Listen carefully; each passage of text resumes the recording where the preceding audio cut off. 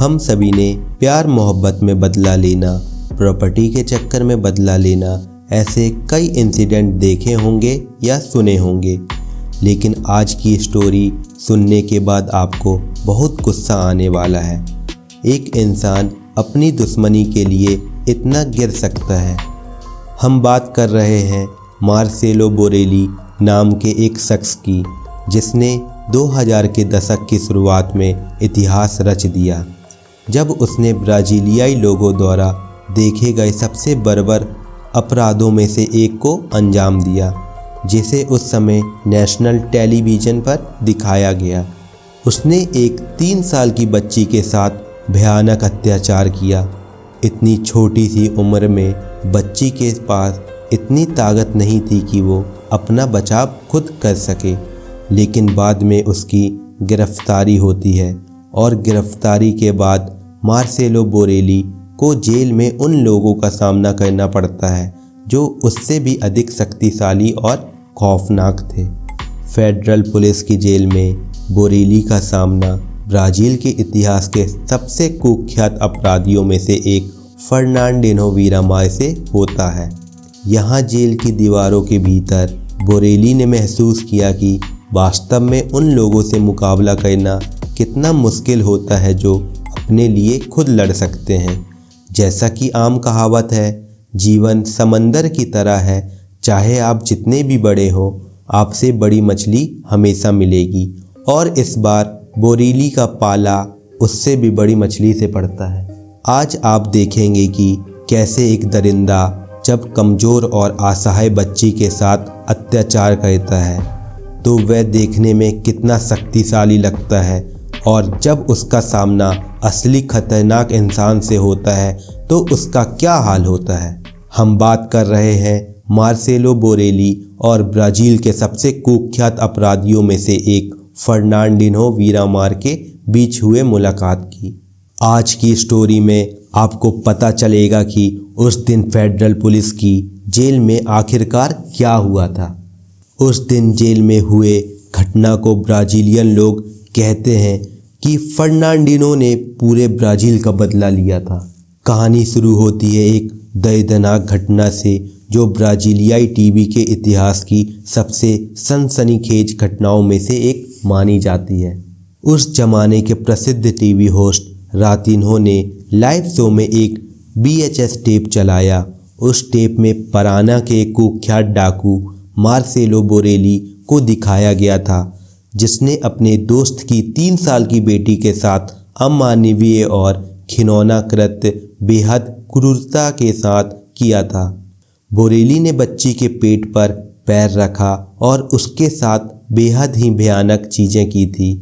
उस वीडियो को रातिन्हो ने रात 9 बजे के आसपास प्राइम टाइम में दिखाया। उस टेप में कुछ ऐसी चीज़ें थी जिन्हें मैं आपको यहाँ बता भी नहीं सकता हूँ। उस दिन वीडियो ने ब्राज़ीलियाई समाज को हिला कर रख दिया। टीवी एंकर रातिन्हो एक जेल में गए और वहाँ के कैदियों को वो सब चीज़ें दिखाई जो रातिन्हो की टीम ने इकट्ठा की थी। वीडियो में सब कुछ दिख रहा था जो बोरेली ने बच्ची के साथ किया था। उस वीडियो को देखने के बाद जेल में बंद कैदियों का खून खौल उठा।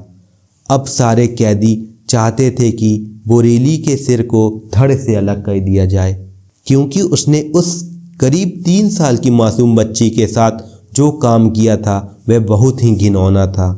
एक छोटी सी बच्ची, समझ रहे हो, कोई भी उस वीडियो को देखता उसे बोरेली से नफरत हो जाता। वो इंसान कितना गिर चुका होगा जिसने ऐसा काम किया होगा। बोरेली उस समय पराना में एक बैंक डाकू के रूप में बहुत प्रसिद्ध था। उसने एक एरोप्लेन पर डकैती की योजना बनाई और वह और उसका गिरोह जो उसके साथ था ब्रासीलिया एयरपोर्ट से 60 किलो सोना चुराते हैं और वहां से भाग खड़े होते हैं। वह एक कुख्यात डाकू और संकी आदमी था। बच्ची का वीडियो रिलीज होने के बाद बोरेली को गिरफ्तार कर लिया जाता है और उसे शुरुआत में अलग सेल में भेजा जाता है ताकि वह अन्य कैदियों के साथ ना रहे, क्योंकि आप जानते हैं कि जेल में उसके साथ क्या हो सकता था। पूछताछ के दौरान उसने कहा कि उसे उस लड़की के साथ की गई क्रूरता पर कोई अफसोस नहीं है, क्योंकि वह उस लड़की के पिता से बदला लेना चाहता था। बोरेली ने कहा, मैं उस आदमी को डराना चाहता था जिसने मुझे धोखा दिया, और अपराध की दुनिया में बहुत सटीक नियम होता है, धोखा दोगे तो मारे जाओगे। मैं उस पर अपनी नाराज़गी व्यक्त करने के लिए उसकी बेटी को पीटते हुए वीडियो भेजना चाहता था, ताकि जब वह मुझसे मिलने आए तब हम अपना पुराना हिसाब चुकता कर सकें। मैंने लड़की को मारा क्योंकि ये आवश्यक था, ना कि इसलिए कि मुझे इसे करने में आनंद आता है। जब न्याय करना होता है तो हमें आगे बढ़ना पड़ता है, ये सब बोरेली ने पूछताछ के दौरान कहा। बोरेली को फेडरल पुलिस ने गिरफ्तार किया और उसकी गैंग को भी पकड़ा, लेकिन उसे एक फेडरल जेल भेजा गया, जो उसकी किस्मत थी, क्योंकि उसने जो डकैती की थी और जो सोना चुराया था वह ब्राज़ील के बैंक ऑफ यूनियन की संपत्ति थी। इसीलिए ये एक फेडरल अपराध था। ये 2001 की शुरुआत थी जब उसे गिरफ्तार किया गया था। कहते हैं कि जब बोरेली जेल पहुंचा तो वह उन बैंक डाकुओं के बीच घुस गया जिनसे वह जुड़ा हुआ था, लेकिन कुछ समय बाद एक बहुत बड़ी मछली को पकड़ लिया गया था। उस मछली को फर्नांडिनो वीरामार के नाम से जाना जाता था, जो ब्राज़ील और बाहर के सबसे बड़े अपराधियों में से एक था। फर्नांडिनो उस समय काफ़ी खतरनाक था, एक असली जानवर। उसके सामने ब्राज़ील के सारे अपराधी अपना सिर झुकाते थे। अब जो हम जानते हैं वह यह है कि फर्नांडिनो ने अपराध से बाहर निकलने की कोशिश की और वह एक धर्मशास्त्री बन गया, लेकिन उस समय वह सच्चा खतरनाक आदमी था। 2001 के मध्य में फर्नांडिनो वीरामार गिरफ्तार हुआ और किस्मत समझो या इत्तेफाक, वह ब्राज़ील की फेडरल पुलिस द्वारा गिरफ्तार हुआ, और जब वह जेल में पहुंचा वहां पर उसका सामना बोरेली से होता है। बोरेली ने जरा सी हिम्मत बस दिखाई तो फर्नांडिनो ने उसे सिखा दिया कि अपराधियों में से सबसे खतरनाक कौन है। जेल में बोरेली को अब एक कायर की तरह रहना पड़ रहा था और उसे इस बात पर बहुत गुस्सा आ रहा था। फर्नांडिनो और उसके साथी पहले से ही बोरेली के खिलाफ थे, क्योंकि उन्होंने वो वीडियो देखा था जिसमें बोरेली ने लड़की को मारा था। बोरेली ने जेल में अकेले बगावत शुरू करने की कोशिश की, चीज़ें तोड़ने की कोशिश की, लेकिन जेल के अधिकारी अंत में सभी को सज़ा देने को मजबूर हो गए।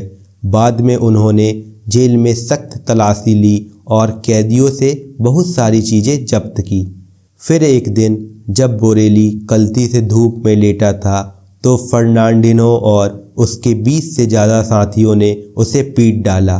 फर्नांडिनो और उसके साथियों ने बोरेली का मार मार के सिर फाड़ दिया। उसे 300 से ज़्यादा टाँके लगे। उसे झाड़ू में लगे डंडे, लकड़ी के टुकड़े, पाइप और यहाँ तक कि एक कुर्सी से भी मारा गया। उसके बाद उसे अस्पताल ले जाया गया और वह आईसीयू में 1 महीने से ज़्यादा समय तक भर्ती रहा। उसके शरीर में टाँके लगाए गए और उसे फिर से जीवनदान दिया गया। वह लगभग अपनी जान खो बैठा था। अगर ये एक नॉर्मल राज की जेल होती तो वह पहले ही मर चुका होता। वीरामार और उसके साथ मौजूद बाकी लोगों ने उस आदमी की जान सिर्फ इसलिए नहीं ली क्योंकि अगर वह मर जाता तो उसे जेल में उस कष्ट का अनुभव नहीं होता जो उसे उसके बाद झेलना था।